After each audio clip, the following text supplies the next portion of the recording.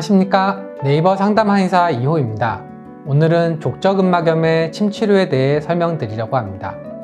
족저근막염은 말 그대로 족저, 발바닥 아래에 있는 근막에 염증이 생기는 질환으로 발을 디딜 때마다 찌르는 듯한 통증이 나타나는 것이 특징입니다.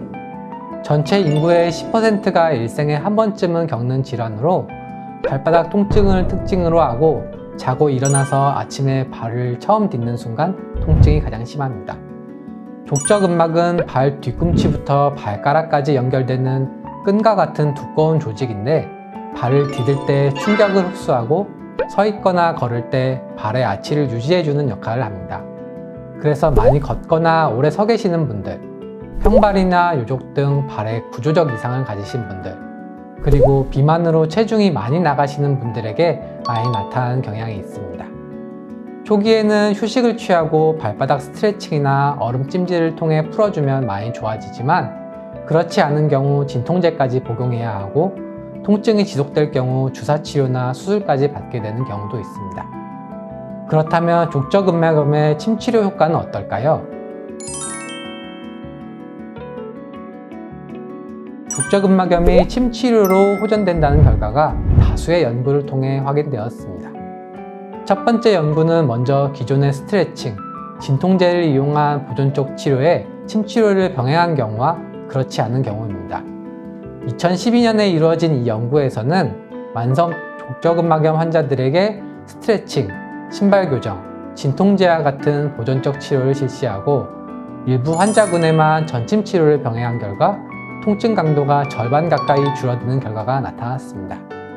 또한 2018년에도 유사한 연구로 운동과 수기요법, 초음파를 단독 시행한 환자군과 전침 치료를 병행한 환자군을 비교 연구해 보았습니다.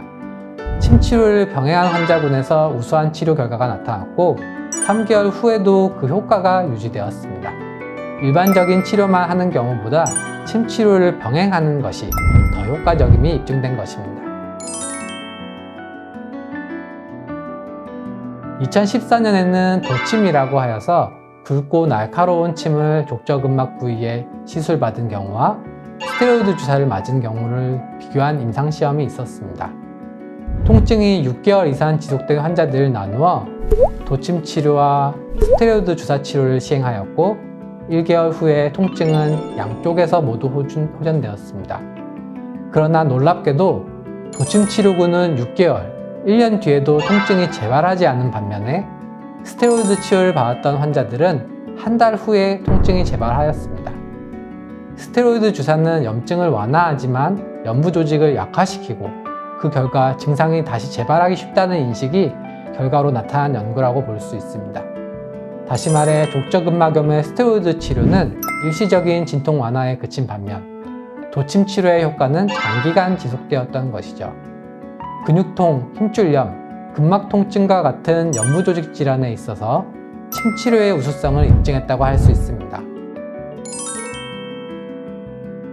족저근막염에는 현재 비스테로이드성 진통제, 발교정기, 스테로이드 주사, 충격파 치료 등이 이루어지고 있으며 침치료는 이런 치료들과 권고 등급이 동일합니다.